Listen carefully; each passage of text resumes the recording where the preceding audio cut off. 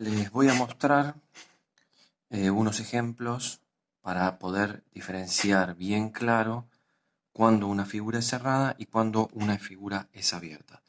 Vamos a empezar por la figura cerrada, que es seguramente la que es más sencilla de identificar, porque es la que más se utiliza en general.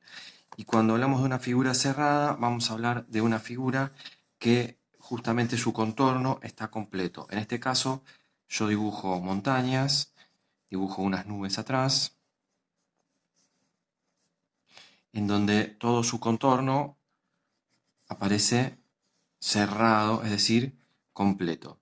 Cuando yo paso a pintar la figura cerrada, lo que nosotros sabemos y a lo que estamos acostumbrados es que tenemos que respetar esos bordes. Entonces, cuando yo pinto, por ejemplo, en este caso esta montaña, lo que yo hago siempre es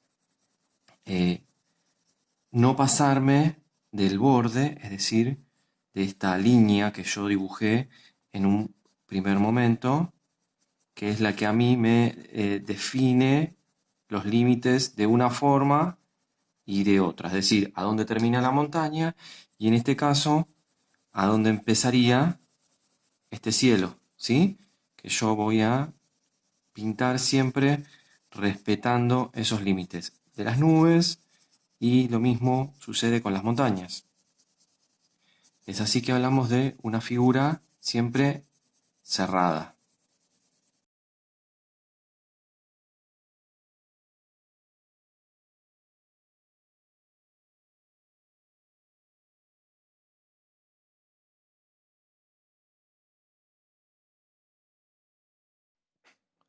Bien, ¿qué pasa cuando yo tengo que trabajar con una figura abierta? Y normalmente es acá donde empiezan las complicaciones. Si yo vuelvo a repetir el mismo dibujo o un dibujo similar, ¿qué es con lo que me voy a encontrar?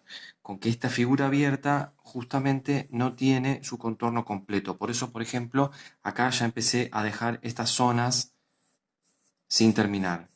Y si trabajo nubes, obviamente acá dividimos, ¿no? Si trabajo nubes, lo mismo, las dejo sin terminar.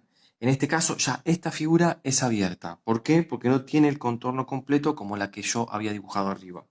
Y en el momento de pintarlo también tengo que hacerle caso a esto. ¿Por qué? Porque si yo pinto esto y acá hago esto, lo que hice en este momento que fue cerrar la figura, ¿sí? Entonces, ¿qué es lo que voy a hacer? Esa figura voy a romper ese límite y me voy a exceder hacia afuera, de un lado y del otro. Es decir, ya no va a estar todo delimitado ni contenido como lo que se veía antes. Acá estoy haciendo lo mismo. Voy rompiendo estos contornos. Puedo ir hacia arriba o también puedo ir hacia abajo. Cuando ahora sí paso a pintar el cielo, hago exactamente lo mismo.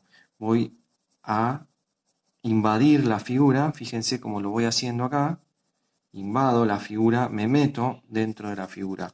Lo mismo sucede en el caso de las nubes. Tampoco voy a respetar, como respeté en este caso, en donde intenté nunca invadirlas. Voy a meterme dentro de las nubes y también dentro de las montañas. Y en el caso del agua va a suceder exactamente lo mismo. ¿Sí? Voy a romper esos límites, es decir, invado una forma con un color y lo mismo en el otro lugar. Esta técnica es una técnica mucho más pictórica, se dice, o sea, más relacionada a la pintura, y esta técnica, la de la figura cerrada, es una técnica más vinculada al dibujo, a la gráfica, a la publicidad, al diseño, ¿sí? Es un poco el ejercicio y la diferencia tiene que ser bastante notoria, como se puede observar acá, ¿sí?